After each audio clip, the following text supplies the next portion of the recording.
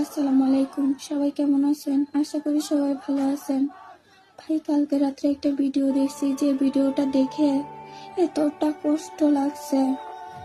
ভাই, বাংলাদেশের মানুষদেরকে বলতেছি, ভাই তোমাদের মন বলতে কিছু নাই, তোমরা এতটা নিষ্ঠুর।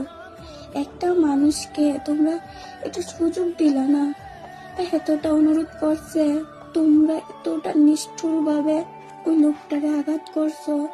ভাই, ওনাকে মাইরা তোমরা শান্তি হয়েছে না, তারপরে ওনাকে আঘাত করলা, তারপরে লাস্টে তোমরা গাছে ঝুলাইয়া পুইরা লাইলা। ভাই, কাজটা ভালো করো নাই। আইনটা তোমরা নিজের হাতে করে ভালো করো নাই। মানুষটাকে তোমরা এতটা আঘাত করলা।